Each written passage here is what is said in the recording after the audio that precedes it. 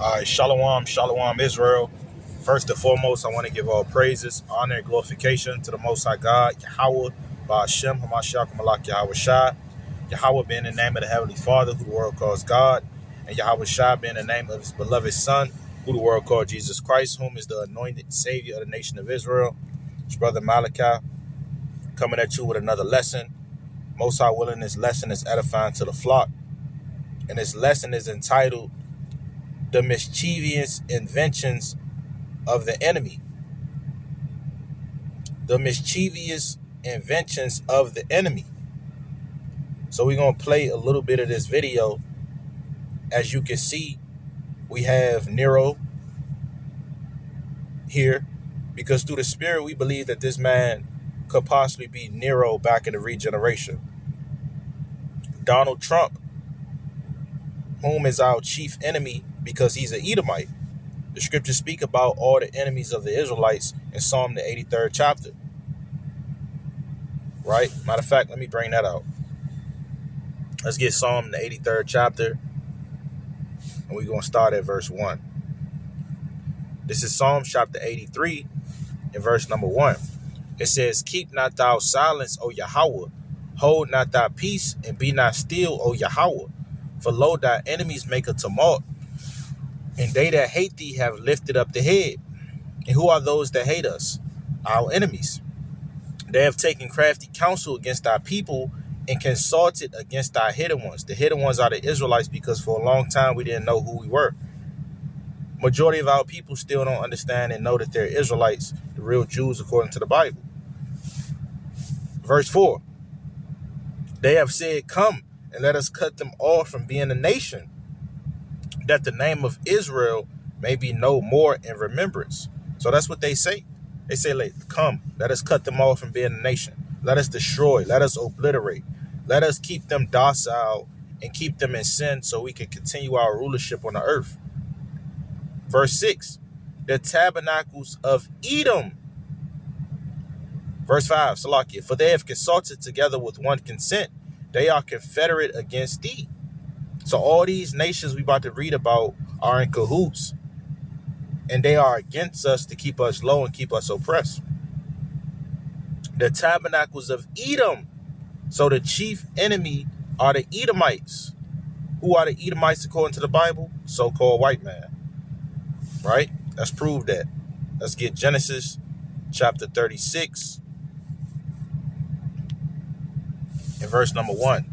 Now these are the generations of Esau, who is Edom. Verse 8. Thus dwelt Esau in Mount Seir. Esau is Edom. Right? And the scriptures speak about how the so-called white man's God is gold. This is why he caused wars among these different nations so he can steal of their resources, so he can get that money. The so-called white man is all about riches. He's all about filling his belly.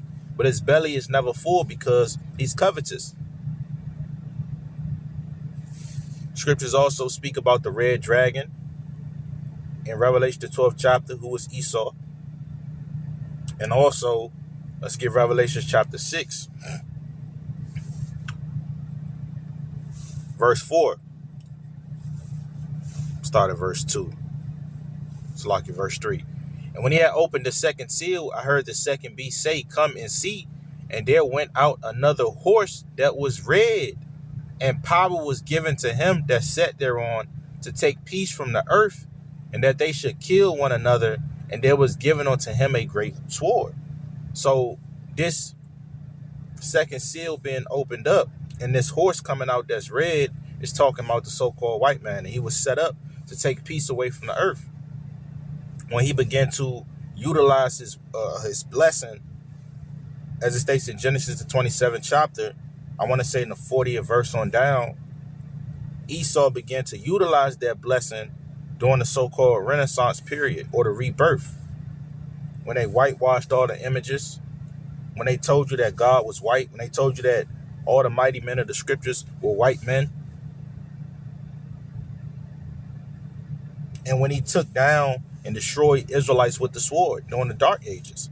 And he took us down, you know, in the late 1400s, early 1500s. That's when Esau began to really shoot forth his devil. Really before that in the 1300s, but more so in the 14, the 15, and the 1600s. He began to really take down the Israelites. Right? You read about the massacre of Drogheda over there in Ireland. All right, you had that demon. I want to say his name was Oliver Cromwell. Don't quote me on it, but you had an Edomite that was leading the demise and the destruction of the Israelites over there in Italy, in Ireland, Slovakia. All right. So, not to be too long-winded. So that shows you that the so-called white man is Esau. I mean, we got more precepts on it. Matter of fact, I don't want to make this a long video, man, but hey, you know, we got to go into it, man.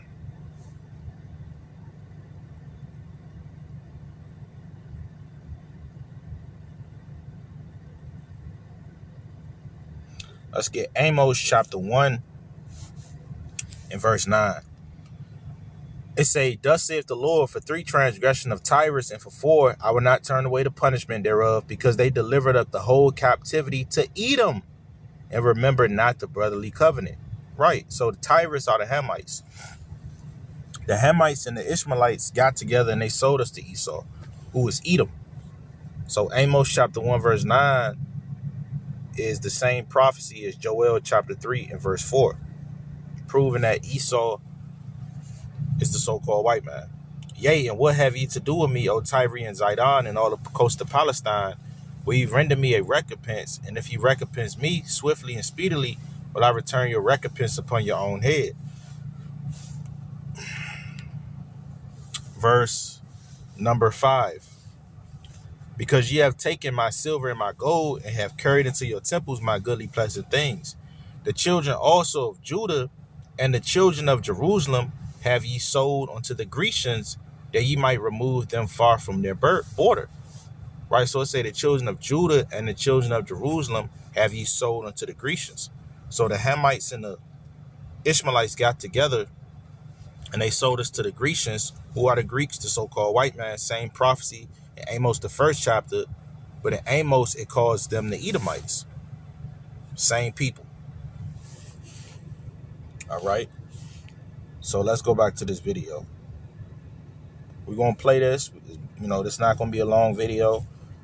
I just want you brothers and sisters to see this devil showing forth his horns. You know, he want to microchip everyone. He wants the world to be super surveillance. You know, he wants complete control over your life. So we're into 6G now. I just finished 5G. I was a leader on 5G getting that done. And now they're up to 6. Let's do it again. What does that do? Give you a little bit deeper view into somebody's skin? See how perfect it is? I like the cameras the old days. So they just had a nice feature. Now they cover every little. Let's see, Michael, you're in good shape. You're not gonna, but I tell you, it's the 6 is coming, huh? It's coming. Does it ever end? And what happens? You'll be into 7. Right? Before 6 gets old, you'll be into 7. Is that to give you a little bit deeper view into somebody's skin? Is that to give you a little bit deeper view into somebody's skin? This is the Hive Mind Nation channel. Welcome to... Right, so we're not going to play this whole video. I recommend you brothers and sisters check out this channel. Call for an uprising. He's an Edomite, you know, but he brings out a lot of good information. Of course, have discernment when dealing with these different channels, and filter everything through the scriptures. All right. So, hey, look, man, so-called white man, he want to get a view into your skin, you know, everything about you, your DNA, your genes, your mind, literally mind control. Right. So it made me think of this precept. Let's get Psalm chapter 21 and verse number 8. It says what? Thine hand shall find out all thine enemies. Thy right hand shall find out those that hate thee. So the Lord is going to find out his enemies. Thou shalt make them as a fiery oven in the time of thine anger. The Lord shall swallow them up in his wrath, and the fire shall devour them. This is a literal fire that's going to devour the enemies by way of thermonuclear destruction, nuclear warheads detonating and exploding and causing a nuclear wind, as it states in Jeremiah chapter 51 and verse 1, 51 and verse 1, a destroying wind is going to destroy America. The Lord is going to literally swallow them up in his wrath. Verse 10, their fruit shalt thou destroy from the earth, and their seed from among the children of men. So he's going to destroy every Edomite, man. It's not going to be some left over. It's not going to be a remnant of them that survive. After 1,000 years, so-called white man, he's getting taken out the way. He's getting cut down like the grass. Verse 11, check this out. Why? For they intended evil against thee. They imagined a mischievous device which they are not able to perform. And that mischievous device is their what? New World Order agenda. To keep the earth under 500 million, to destroy all the blacks and Hispanics, right? To merge man with machine, right? That's what the so-called white man wants to do. So this is why we have to be circumspect and pay attention to these prophecies, because these things are taking place, and you can't just be asleep asking what's going on. The so-called white man wants to, of course he wants to chip the whole damn world.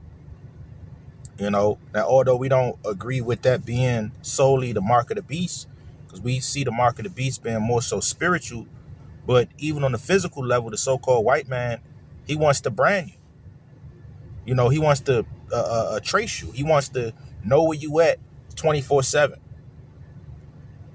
And that's a part of his technocracy and his New World Order agenda.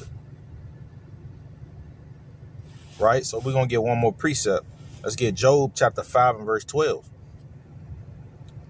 He disappointeth the devices of the crafty, so that their hands cannot perform their enterprise. He taketh the wise in their own craftiness, and the counsel of the froward is carried headlong. See that? He disappointeth those devices, those wicked inventions. Right? And we tell our people not to take a damn microchip, man. You're not supposed to make any cuttings in your flesh. So why the hell would you put some technology inside of you? That's just going too far and taking it to another level of wickedness, man. You got to stand for something or you'll fall for anything. And we got to be willing to say no to the so-called white man in these last days. And that comes with sacrifices. You may lose your job. You may lose your home. You may lose your sense of security, your money, everything. You may lose it all. But guess what? We gain Yahweh Shah. I believe Paul said something to that effect. I lost it all pretty much to gain Yahweh Shah. And we got to have that same spirit. Ecclesiastes chapter 7 and verse 29. Lo, this only have I found, that God have made man upright, but they have sought out many inventions. One of the inventions that man seeks out is technology, artificial intelligence. I did a video about a year ago where you had a damn robot grope a reporter. And she looked back like, oh, what the hell? But what could she say? It's a damn it's machinery. They're going to have laws protecting robots. They're going to have you can't discriminate against a robot. They showed you that on a movie, I, Robot, man, starring Will Smith. And that movie came out, 2005? So that was about, 20 years ago? Guess what, man? We're starting to see it. And it's all spiritual. And that movie The date of that movie was 2030. So by 2030, man, if we still here, best believe you're going to see damn robots walking around in society. It might be delivering packages. They damn sure going to be in your job. And guess what? You're not going to work there no more. They're going to lay you off because guess what? They hired their robots. Hey, this place is getting very sinister, man.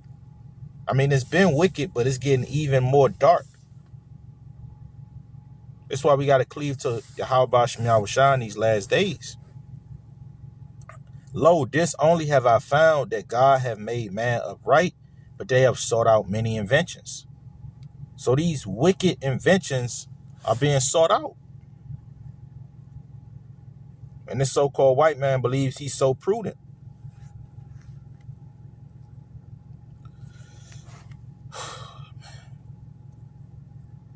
Verse 21. Woe unto them that are wise in their own eyes and prudent in their own sight.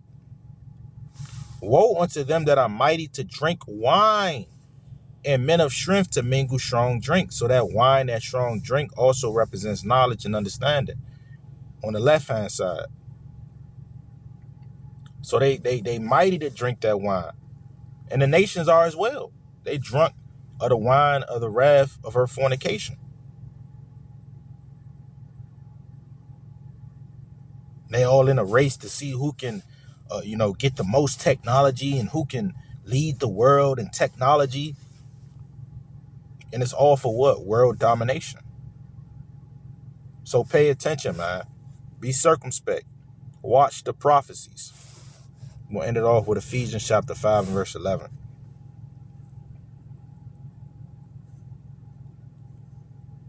Verse 15, that's what I want. Sirach chapter 5 verse 15. See then that you walk circumspectly, not as fools, but as wise, redeeming the time, because the days are evil. Wherefore be ye not unwise, but understanding what the will of the Lord is.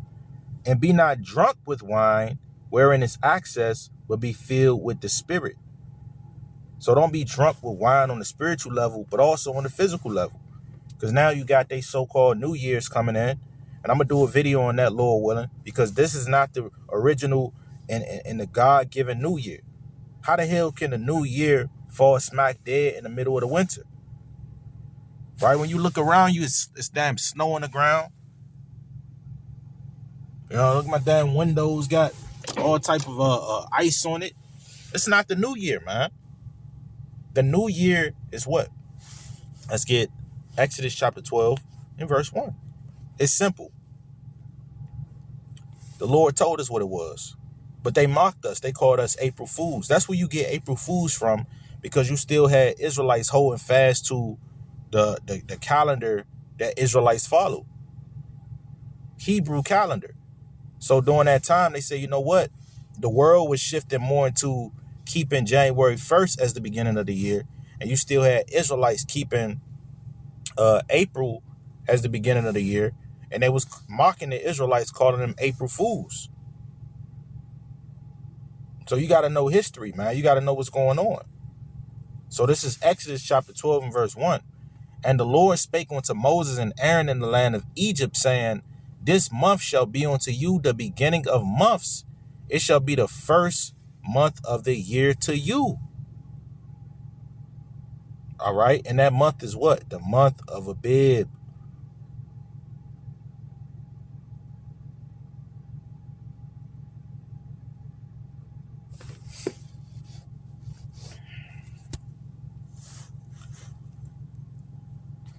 Right. Which falls in either March or April. So this is Exodus chapter 13 and verse 4. This day came ye out in the month Abib.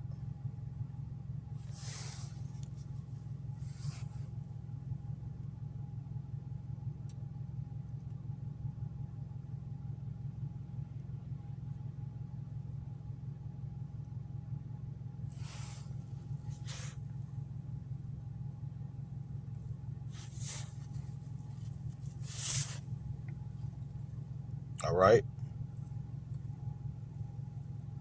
So I'm gonna go ahead and close out, and most high willing come back with a video pertaining to this so-called New Year, because I got some information on that. Just proving that that's not the beginning of the year. That was started by Julius Caesar. Of course, it was an Edomite, and it was a lot of paganism surrounding that day, Saturnalia. All right, where there would be drunken orgies, rituals, idolatry, and all manner of evil. So with that, all praises to the Most High God, Yahweh, Ba'ashem, Mashiach, Malak, Yahweh Shai. I'm going to say shalom till next time. Be just a little bit deeper view into somebody's skin. This is the Into somebody's skin. Happens, you'll be into 7, right? Before 6 gets old, you'll be into 7. Is that to give you a little bit deeper view into somebody's skin? Is that to give you a little bit deeper view into somebody's skin? This is